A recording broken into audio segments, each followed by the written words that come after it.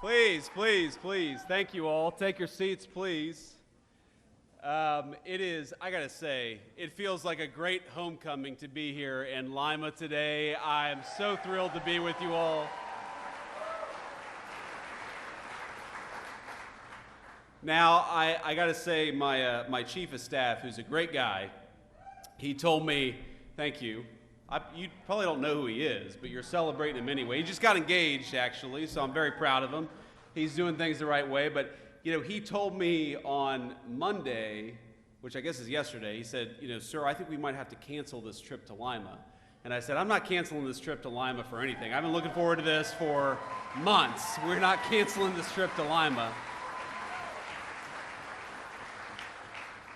And I don't know if you guys saw, but there's nothing going on in the news at all that would justify me canceling this trip to Lima. Why the hell would we cancel the trip to Lima, Ohio? It's a boring day in the White House, as you guys have probably seen. So let me offer a few words of appreciation. So I could probably thank half the people in this room, and I'm so thrilled to be with you this evening. And there are a few by name that I want to call out. So first of all, and I'm not even going to try to pronounce your last name, I never do, but Alex T., the great chair of the Ohio GOP. Thank you, Alex, for everything that you do.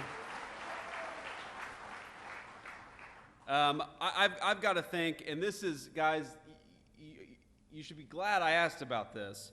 I thought, because it says here, Senator Tony Schrader, but I know Tony, and he's not a lowly politician. He is actually the guy who operates behind the scenes. So our great GOP Central Committee man and also the chair of the Putnam County GOP, Tony Schrader. Tony, where are you, man? I love you.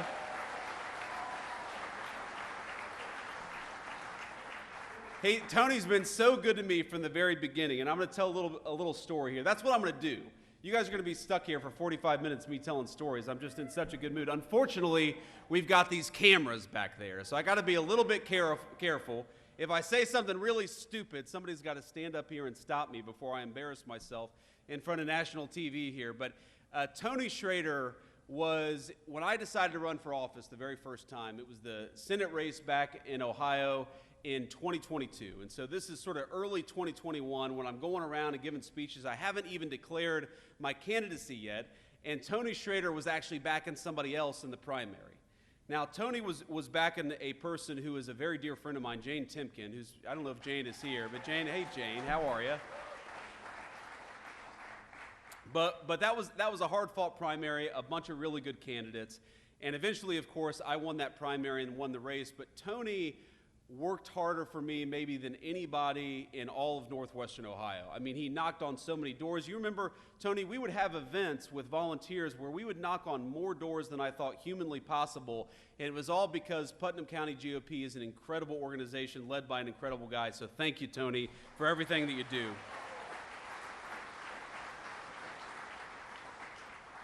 Of course, no thank you here is complete in Lima, Ohio without thanking our great Allen County GOP Chairman Keith Cheney, who has an incredible voice. He was the announcer. Keith, I think if I had your voice, I would have been vice president earlier than I made it, man. But, nobody is endowed with perfect gifts here. And, of course, GOP volunteer Kurt Kaufman. Kurt, thanks for everything that you do. We said hello backstage. Thank you, Kurt. All right, so I got my thank yous, at least by name, at least until I noticed somebody else's face in the crowd here. But people always ask me what it's like to be Vice President of the United States, and I'll tell you a couple stories that illustrate that. So first of all, I didn't know that the president would make me his vice presidential running mate until literally the morning of the GOP convention.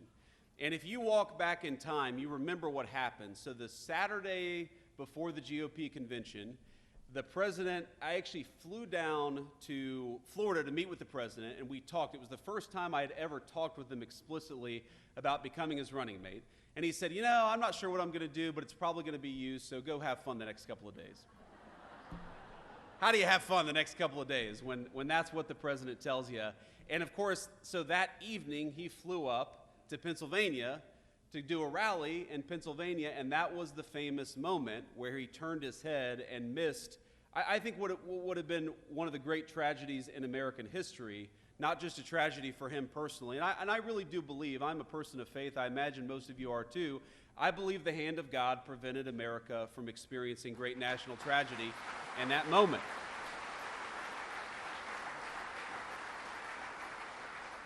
But so I call the president that night. It's probably 2 in the morning at this point. I call the president that night. Remember, I just met with him that morning talking about becoming his running mate. And I'm like, sir, how you doing? And he's like, I'm fine. He'd just been shot in the ear. I'm fine. You know, nearly lost his life, but totally fine. He goes, how's it playing out there? And I'm like, Mr. President, I think it's playing pretty damn well, because if remember, he had that photo where he raises the fist iconically. And I said, I think that photo is going to go down in history as one of the great photos. And of course, I was right about that. So the morning of the convention, the morning he announces me to be his nominee, he calls me at around 11:45, and I'm not kidding you, I don't answer the phone. And I don't know what had happened. We had just landed in Milwaukee. We've got 3 little kids. You know, it was a hot day. We were trying to get through all the security to get to our hotel room. I don't know what happened. So I call him back 15 minutes later, and he answers the phone, and he says, JD, you just missed a very important phone call. I said, yes, Mr. President. And he said, I'm going to have to select somebody else now. And of course, you know, my heart stops, and I think he's actually going to do it. But then he asked me to be his running mate. He actually talks to my son, and you know, the rest is history, right? The rest is history. So that's the first story. The second story that I'll tell you is we've probably been in the Oval Office for all of 10 days. And I'm sitting there, and we have a phone call with a foreign leader. I won't mention who. And it's a tough phone call. There are some tough issues that we have to work through with this foreign leader. And he asked me to come sit behind him at the Resolute desk so that if I need to say anything, I can just speak directly into the speakerphone. And it's early in the administration, so there's not a whole lot in the Oval Office yet. And there's this sort of wooden box with a red button sitting on the Resolute desk. And I think to myself, that's probably not a button that you want to press, right? So we're talking to this foreign leader, and the president looks over at me, puts the foreign leader on mute, and says, this is not going very well, and he presses the red button. and my eyes get really big, and I'm like, Mr. President, you know, what just happened? And he looks at me and he goes, nuclear. Nuclear. And 2 minutes later, a guy walks in with a Diet Coke, and he looks back at me and he says, it wasn't nuclear, it's just the Diet Coke button. And that's... So that's the kind of guy, my fellow Republicans, that we have as the President of the United States, a guy who can do a good job, but keep a sense of humor.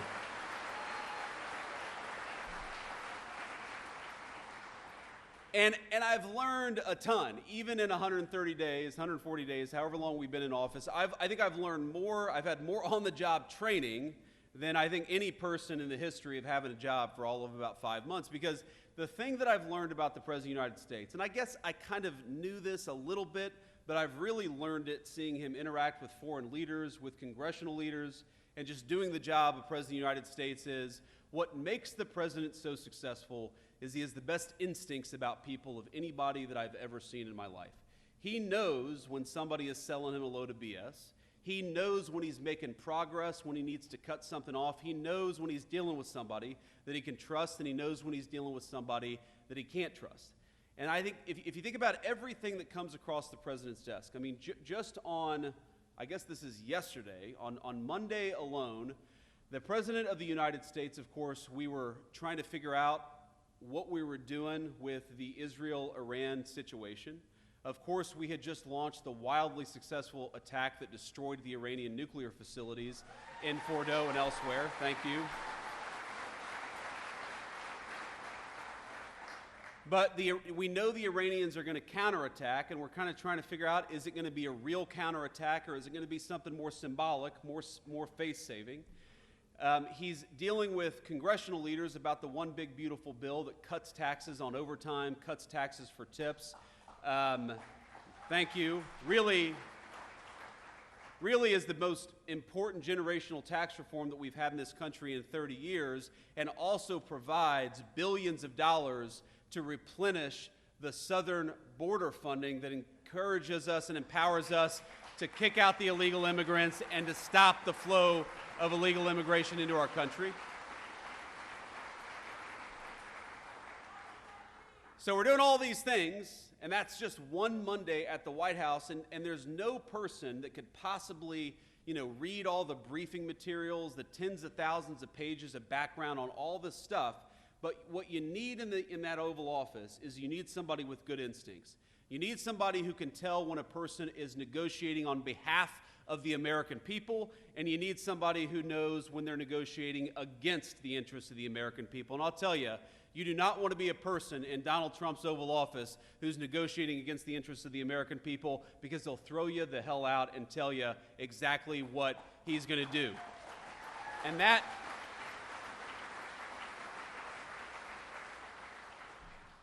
that is what I think makes him an effective president. It's what makes him an effective leader for the American people. And I will say, I'm obviously extremely biased, but 130 days into this term, we have got a lot to brag on from the Trump administration and what we're doing in Washington, D.C. Let me run just through a few of the ways in which the Trump administration has been wildly successful. And let me start with the thing that is, of course, in the news.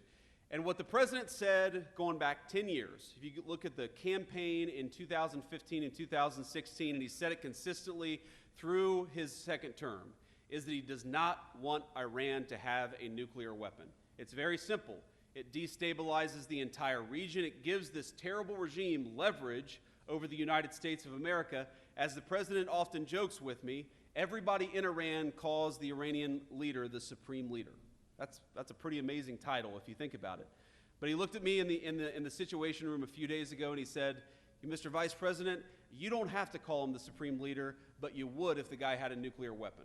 Because the leverage that nuclear weapons give you to destabilize the world, to destroy our economic interests, to destroy our national security interests, you don't want the worst people in the world to have a nuclear weapon. So what did the president do?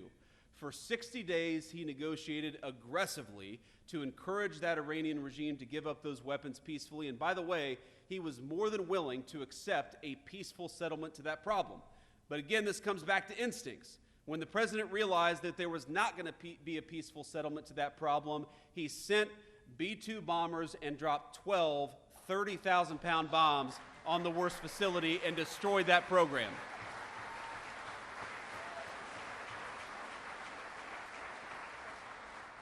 And I think there are a lot of Republicans, by the way, I count myself among them, who after the past 25 years, they don't want to get involved in another long-term, protracted Middle Eastern conflict. We all saw what happened with Iraq and Afghanistan. And so what I call the Trump doctrine is quite simple. Number one, you articulate a clear American interest, and that's, in this case, that Iran can't have a nuclear weapon. Number two, you try to aggressively, diplomatically solve that problem. And number three, when you can't solve it diplomatically, you use overwhelming military power to solve it, and then you get the hell out of there before it ever becomes a protracted conflict. That is the Trump doctrine.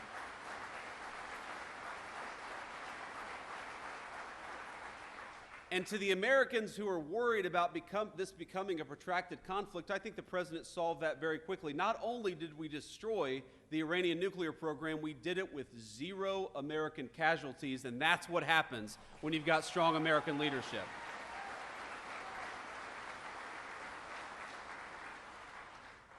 Now let me talk to you about something else. For every month that you've got inflation numbers and jobs numbers and wage numbers coming out, I'll come into the White House and I'll say, that this happened now about 5 times, where seems like every economist and every financial journalist in the world says that Donald Trump's policies are going to lead to higher inflation. They're going to lead to lower jobs. They're going to lead to lower wages. And for now 5 months in a row, every single time we come into the news, and it turns out the economists' expectations missed. Because wages are higher, inflation is lower, and our economy is roaring in a way that it has not in a very, very long time. That is thanks to good presidential leadership. And I'll bring it back to instincts, because when the president came into office, he said, frankly, what he's been saying for 30 years, that we have got to stop allowing foreign companies to take advantage and foreign countries to take advantage of the United States of America. Why in God's name would we allow cheap, slave labor manufactured stuff from a foreign country to come into our country, undercutting the wages and jobs of American workers. And the reason we allowed that to happen is for 30 years we had a bipartisan failed consensus that we ought to let cheap plastic garbage come into our country at the expense of American jobs and the American families who depend on those jobs. You know what President Trump said? On April the 2nd, he said, if you tried to undercut the wages of American workers, if you tried to bring in this crap, if you try to expose the American worker to an economic unfairness that you don't force your own countries to deal with, we are going to slap a big fat tariff on what you bring into this country. We're going to penalize you. For once, finally, we had an American president who said, if you want to destroy the wages and the jobs of American workers, you're going to pay a big fat penalty because of it. And that, I believe, has saved the American economy.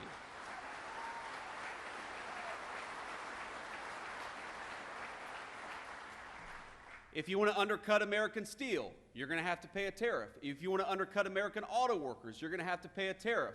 And all the economists said, well, what this is going to do is going to produce inflation. And no, what the president said is what it's going to do is one of two things. Number one, it's going to force a lot of people to move their factories back to the United States of America. And we've seen more foreign investment in the past 130 days than you've seen in any 130-day period in the history of this country.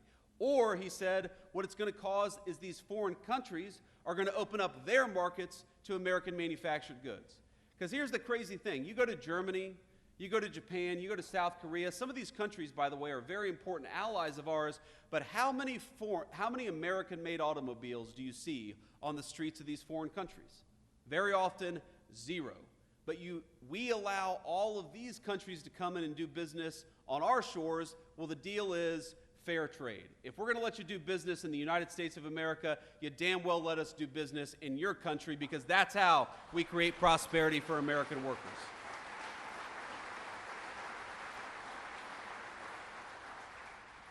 And the final and most important thing, and I think this is the most important issue confronting this country, and it was certainly the most important issue that was destroying this country over the past 4 years, and that is the issue of illegal immigration. Now, if I had stood here in October of 2024 and you had told me that after 45 days of the Trump administration, we would have illegal border crossings down between 95 to 99%, I would have said, whoa, whoa, whoa. I believe the president is very serious about this, and I believe the president is very effective. But there is no way that we're going to have illegal border crossings down that much, and I'm happy to report that 1.5 months into the Trump administration, we had illegal border crossings down 99%. It was a radical success, and it happened very quickly.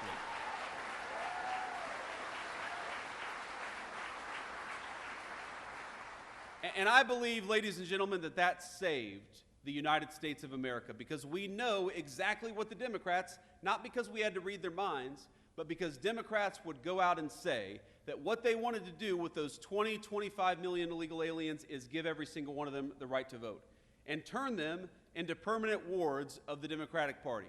And if we allowed that to happen, if we allowed the Democratic Party to import voters instead of persuade voters, that would have been the end of American democracy. You hear the American media say all the time that Donald Trump is a threat to democracy. The threat to the democracy is Democrats importing voters instead of persuading their fellow citizens.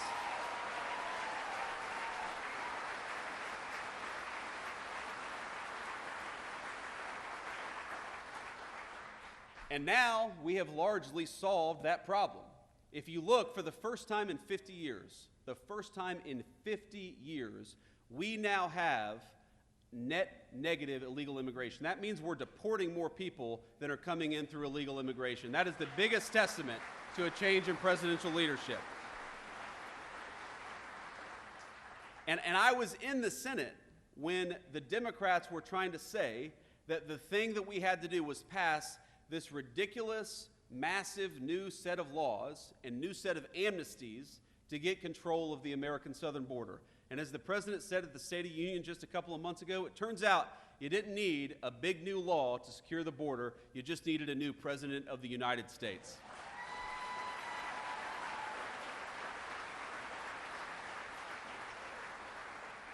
So we've done all these things with effective presidential leadership, and of course, we've got a lot of good guys in Washington, D.C. who are working very hard. And I want to give a shout out. I don't believe that they're here. I actually believe that John Houston and Bernie Moreno, hopefully they're in Washington, D.C., working on the big, beautiful bill. They're doing a great job. And we are lucky in the state of Ohio to have great political leadership across the board.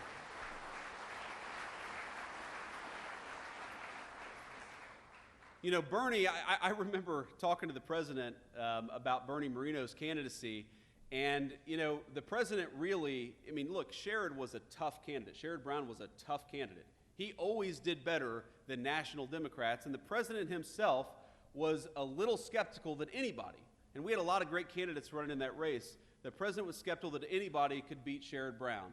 But I think what we showed him in the Ohio GOP is that while we had a reputation for a very long time as a purple state or even a blue state, thanks to the hard work of people, many of whom are in this room, I think Ohio is now solidly red. It's going to stay red for a very long time.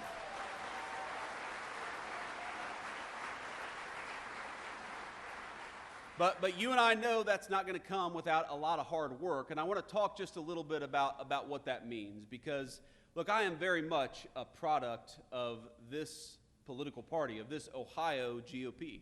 I would not be where I am without it. I believe, in fact, the first time that I've driven on 75, and I've got my Midi purple tie, Middletown Middies, our color's purple here. I wore it in honor of the Middletown Middies. The first time that I've driven on I-75, I'm pretty sure as vice president, was to come to the Lima GOP event here today. And I think about the number of times, thank you, Keith, the number of times that I've driven up and down Interstate 75 as a kid when I was working at a tile warehouse delivering tiles to Findlay, Ohio, or as a, there we go, or as a Senate candidate who was trying, showing up and speaking to groups of 12 people trying to earn votes. I think that what is so great about the Ohio GOP is that we really are strong top to bottom. We've got great candidates running for statewide office, but we've got I see a lot of young people here, many of whom are getting involved in politics for the very first time. And I got to tell you, I've lived a very blessed life in politics. The president, he always gives me a little crap about this. He says, JD, you came out of nowhere, you were a senator, and then all of a sudden you were the vice president of the United States. I don't think anybody has had that much success in politics except for me. That's what the president always said. I was like, thank you, sir. I guess I'm the second, he always calls me the second most upwardly mobile politician because he was the first. He came from no politics to president of the United States. So, but the thing is, you don't get people who run for political office without cultivating talent and cultivating the grassroots and actually encouraging people to get involved at every level of government. There's a lot of important stuff that we're working on at Washington, D.C., but there's a lot of cool stuff happening right here in Allen County, Ohio. There's a lot of important stuff that are happening at the State House. And frankly, a lot of the great political leaders of the future are going to learn from the political leaders of today at the Ohio State House or at the federal Capitol in Washington, D.C. The first exposure I ever had to politics was actually as a page in the Ohio Senate when I was a student at Ohio State University. That was the first time I had ever been exposed to the American political system, working for a great state senator by the name of Bob Schuller from southwestern Ohio. And I'm sure a lot of you remember Bob Schuller. He was a good guy. The first person who taught me how to respond to a constituent was Bob Schuller. The first person who taught me how to write a good letter and to research an issue was Bob Schuller. And my point here is that what you guys are doing is cultivating the people who are going to run this country and lead this country for the generation to come. So this party is what makes America great. This party is what makes it possible for us to run good candidates and to win elections in the future. And I just want to say from the bottom of my heart, this feels like a homecoming because it is, because I wouldn't be here. I wouldn't be the Vice President of the United States without many of the people in this room. And from the bottom of my heart, I thank you and I love you.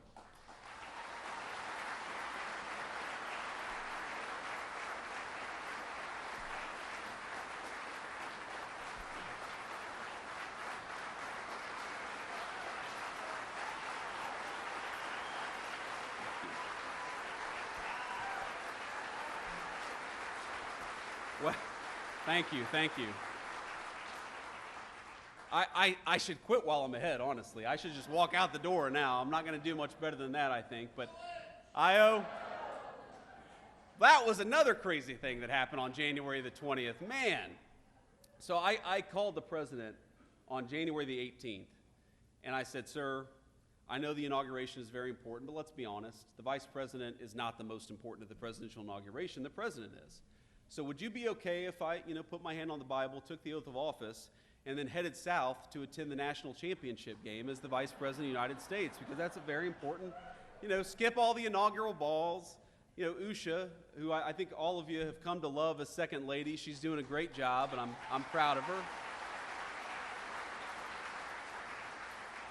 I don't know, honestly, how much Usha really wants to wear high heels for 9 hours on that day anyway, so just let us go to the national championship game. The president was like, no, JD, I can't do that. You got to be there.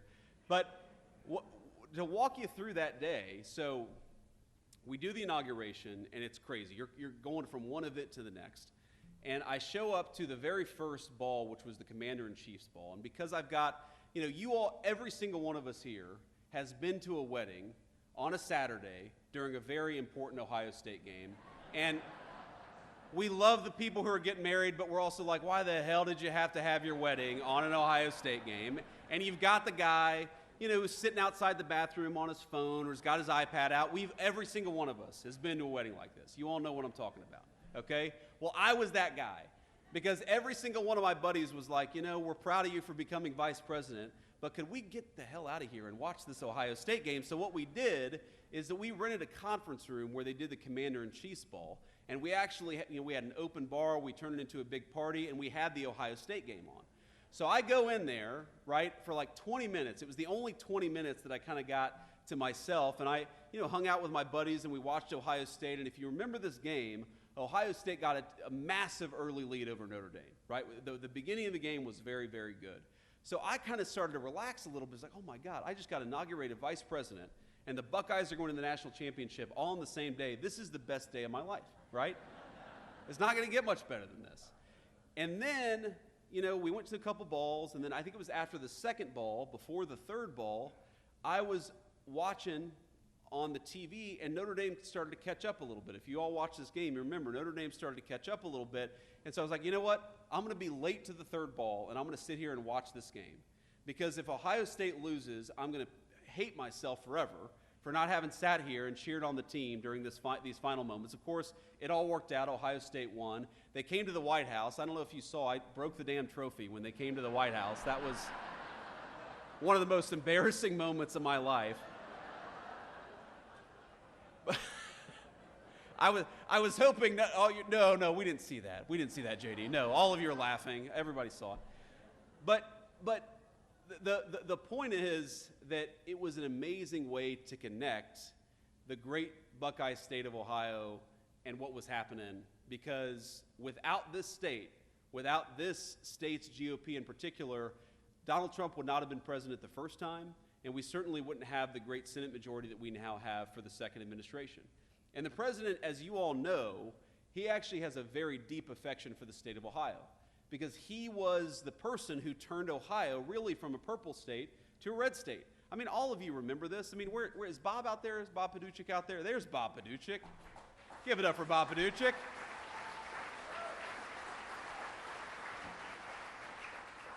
But, back in the day, there was this idea that, all the polls even, right, Bob? At least all the public polls were saying that the president was going to lose Ohio, and then he won Ohio by 8 points. And, of course, he won it by a much bigger margin the second and third time around.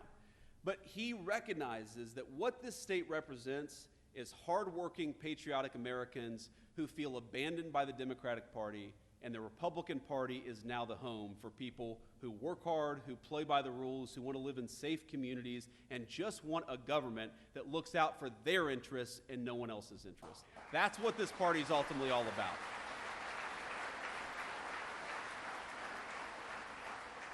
Because when I see that wage growth is the highest that it's been for working people in 60 years, working and middle-class people, the highest wage growth we've seen in this country for 60 years.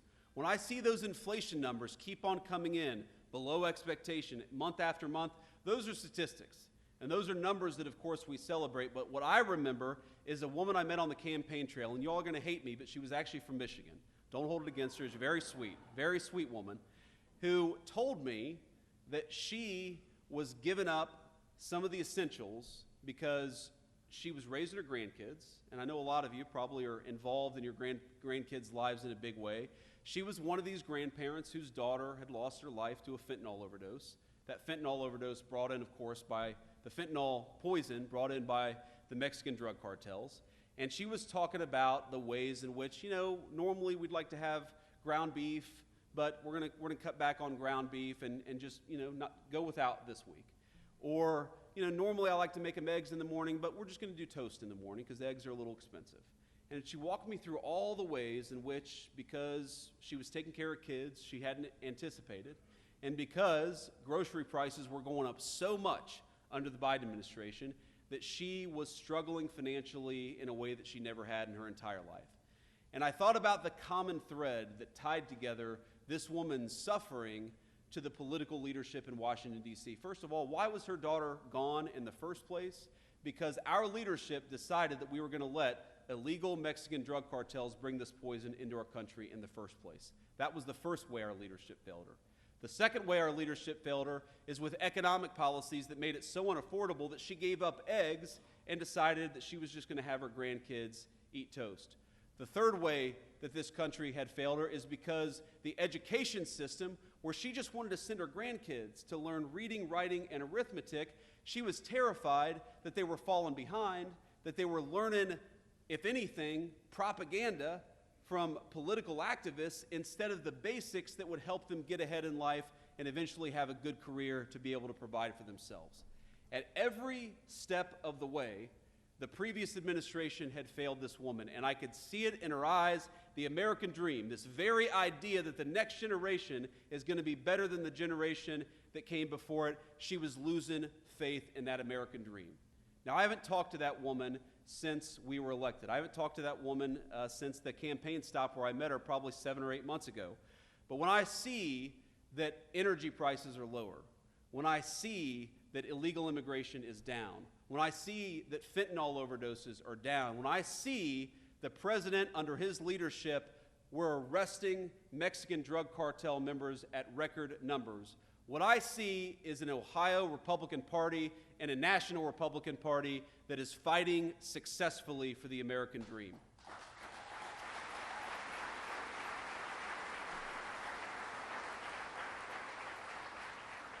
So what I'd ask all of you, when you're going out there and you're knocking on doors, when you're going out there and you're making phone calls, when you're contributing hard-earned money to political candidates, when you yourself are running, because I know it's not always easy to be a political candidate.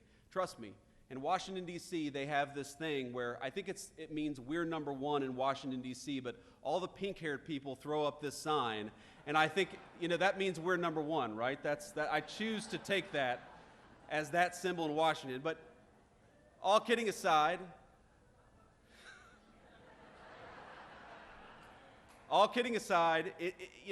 sometimes this job of politics is inspiring, and sometimes it's hard work. And you take the good work, the inspiring work with the hard work, but I want you to remember that what we're trying to do is create the kind of country where that woman's grandchildren can grow up and go to a safe school where they get a good education. We're trying to create the kind of economy where those grandkids, if they work hard and play by the rules, can provide for their family with a dignified, high-paying job. We're trying to create the kind of country where that woman knows that her leadership cares more about her and her family than they do about Mexican drug cartels. We are trying to create the kind of country where the American dream is alive and well.